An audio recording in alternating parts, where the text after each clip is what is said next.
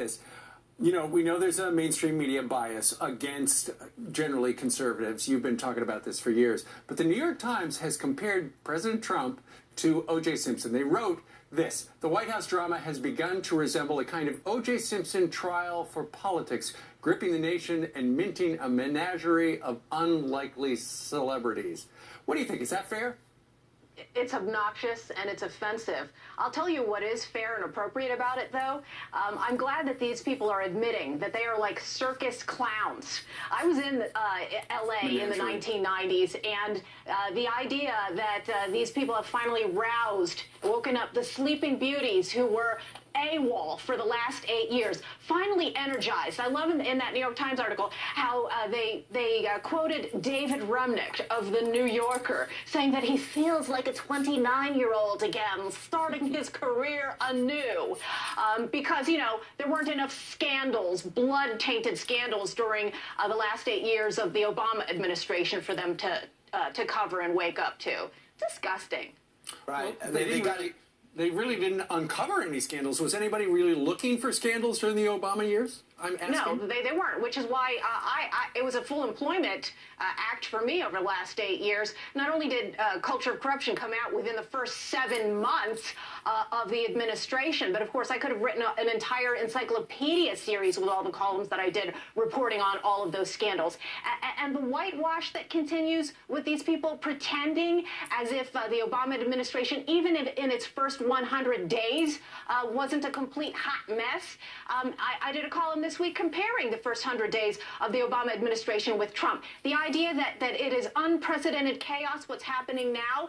Where were these people in the first 100 days of Obama when there were 4 withdrawals of Obama nominees based on everything from tax problems to national security problems?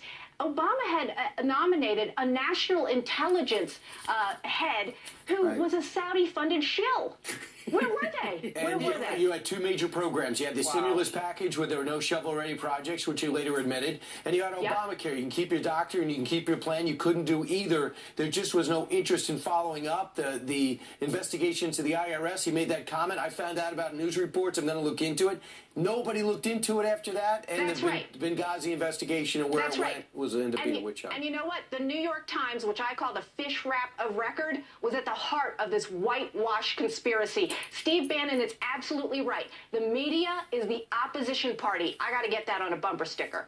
All right, Michelle, let's talk about immigration, because we had a report a few days ago showing the numbers and how many people that have been deported from our country in the last week were actually criminals. It was 75% of them. But if you watch the mainstream media, they're talking about ripping families apart. There is an immigration lawyer, his name is Robert Malkin, who said that President Trump has a heart when it comes to children. This is what he wrote in the Daily Mail. President Trump, in 2 weeks, has already done more for unaccompanied refugee children than Obama did in 2 years. Democrats who are horrified at Trump could allow President Obama to act in the most unlawful way out of any president I have seen in my lifetime. Do you agree?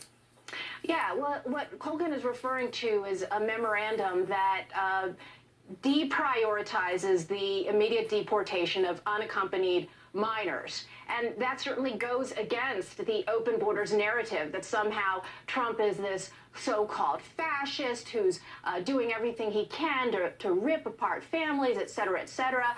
And the open borders lobby, of course, has been focusing on the deportation of a young man who is, according to ICE, a described gang member in Seattle. And this is to point fingers at all of the deportations that are now going on of so-called DACA dreamers. But it's interesting that even somebody within the immigration lawyers lobby is trying to defend President Trump. And I'm glad for that kind of fairness. You certainly don't get that in the open borders media. He said children are being put in the back of the line to be scheduled for cases, and they're putting everybody else up there. Therefore, he's showing compassion for the kids and families. That's not going to get out there. I think later, after he secures the border and after he gets rid of the criminals, then we're going to deal with the people that are here and haven't violated any laws. We might sooner or later, little by little, get comprehensive immigration reform. Yeah, let me just make one more point, though, because you always hear this open borders platitude about ripping families apart. And the bottom line fundamental question there, though, is whose responsibility is it for the families being ripped apart? There are parents who are making this conscious decision on the other side of the border, either to send their kids over here and have us take care of them, or for them to come here illegally, then have those children. Who bears the burden of that? American taxpayers and the government, or those parents themselves who put their own children at risk? Sure. Great point.